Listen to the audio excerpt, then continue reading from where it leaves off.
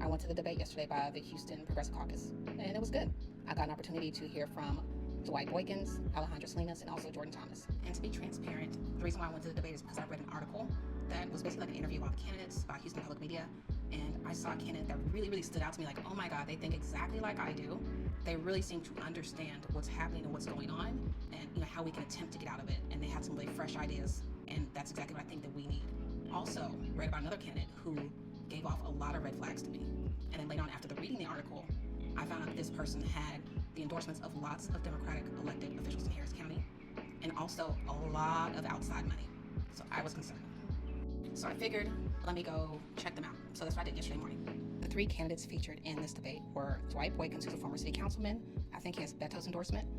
Jordan Thomas, who was an aide or chief of staff to the two previous people who held the seat. And the third one was Alejandra Salinas, who is a lawyer, and her firm worked on a case against Trump. She has lots of endorsements from local Harris County Democratic parties, as well as elected officials.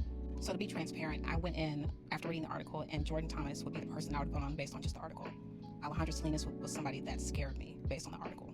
She had language in her interview that was very concerning. One of the things she said was, clearly from the last election, voters don't trust the government.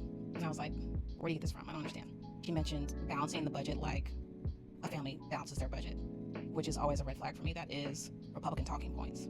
Also, she plotted Whitmire's cutting of excess efficiencies and said that, we should do more. And that I don't know how in the hell you don't know what the fuck's going on. And you come in talking about, yes, let's cut some more. The fuck? Especially at a time like now, politically, when we don't know if we're gonna have federal funding coming up. We don't know what the administration's gonna do. So I'm expecting federal funding cuts.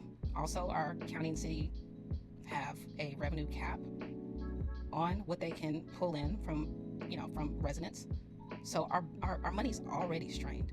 Furthermore, I made a video on Houston's budget explaining exactly why we are in a deficit and why it's been decades long, and why it's going to take a property tax increase and not just cuts. We're going to have to be smart in order to survive the economic situation that is coming our way. I've said that over and over again, that we have a storm coming, literally and figuratively, because we're going to get hit with several storms over the next few years. And if y'all think that the funding's going to be there, I have whatever you're smoking, I'd like some. You see what's going on right now, guys. We're past this thing of everything's normal, because it's not. And I did like that she talked about, infrastructure, water, public safety, asterisk being a concern. I love being back to the basics. That is important. That's what we should always be focused on. But the reality is that we are not in basic times. So it sounds good on paper, but sweetie, do you know what's really going on?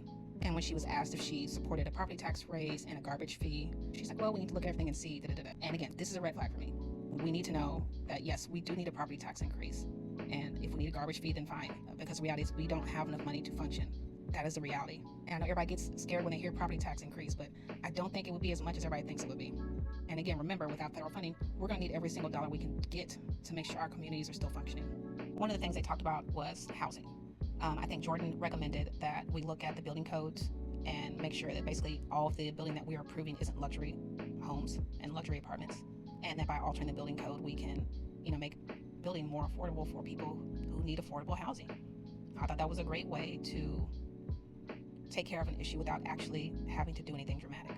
I believe Ms. Salinas mentioned hiring a grant writer, and I think that's smart. That was a great idea. Hire a grant writer, basically somebody to man our grants and request for money from the federal government. Great idea.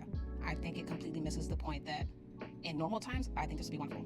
Now, with this administration, we need to be operating like we don't have federal funding, because at the drop of a hat, this administration will pull back, cut, keep all of it, especially if it's for Houston, Harris County. Dwight Boykins mentioned basically like tax credits for developers. And that's basically what we've been doing. I made a lot of videos on my problems with that. We know it's a problem, so it's weird to me that he would bring that up. Also, the program has not been run very effectively. I think it was a false move for him to bring it up, but he didn't have any real ideas.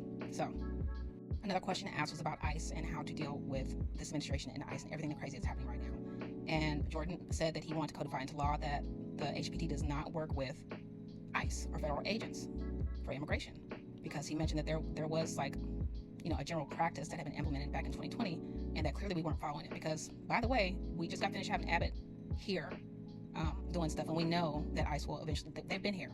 So if HPD is working with ICE, why are they? I'm pretty sure they are, because John Whitmore was real scarce while Abbott was here, right? So they're definitely getting the go ahead from Whitmire to do whatever they want. And I guess Whitmire probably wants to distance himself from it, at least publicly. Even though Abbott did get a little bit in saying he like mentioned, oh yeah, Whitmire, when I called Whitmire, talk about this, he said like he let us know that Whitmire knows exactly what's going on even if he ain't here. So writing a law, I think that's great, wonderful. Salinas, she said, oh, this is very close to my heart, blah blah blah, but she never actually said what she would do to fight back against ICE or the federal government. So that was concerning to me. Boykin said that he would advocate, for Trump to not separate families and like basically publicly, I guess, protest. So the only person that actually had a tangible idea, a tangible thing to actually stop it was Jordan Thomas. And I'm gonna go ahead and make part 2 because I think there were several questions that, I want to share with you and you may want to hear. If you were there, let me know your thoughts. What was your take? Who you're going to support?